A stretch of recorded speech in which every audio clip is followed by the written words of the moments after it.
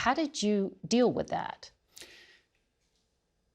If you can call an act by an employer un-American, that was un-American. What really bothered me wasn't so much losing my job, but that Borg-Warner continued to do business in Russia while I was being held prisoner there.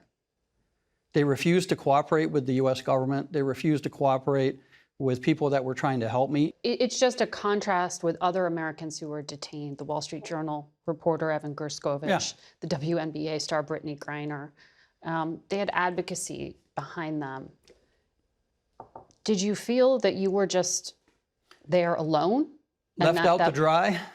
Yeah, Borg-Warner left me out to dry. Yeah, Borg-Warner left me out to dry.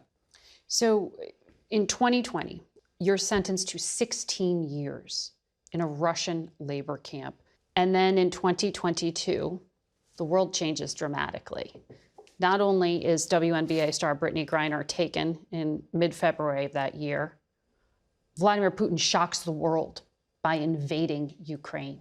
How much of this were you hearing in terms of what was happening outside the prison? I was fortunate.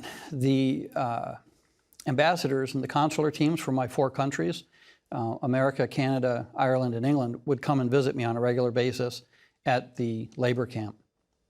I received a lot of information from them. I did get mail from home.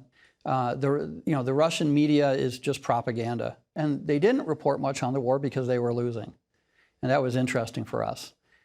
Information came in very, very slowly, but when the Russian government started taking prisoners from our camps to go to the war, then we knew they were really in trouble. That's when mercenaries, the Wagner group, this Russian group, was going into the prisons and telling convicts, you can get out if you come fight in Ukraine. Right.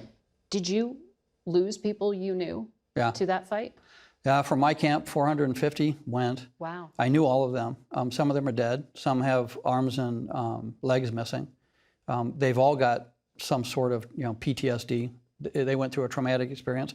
They were used on the front lines to walk through minefields. They were used as cannon fodder. They would be sent out in front of patrols to try to draw the enemy fire. I mean, that's what Russia's doing with these people, and they're all young.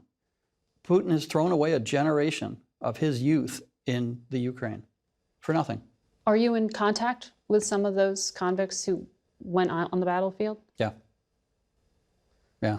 And that's what they're sharing with you? The prisoners from the camp that went to the front line, they had communication, and they would communicate with us.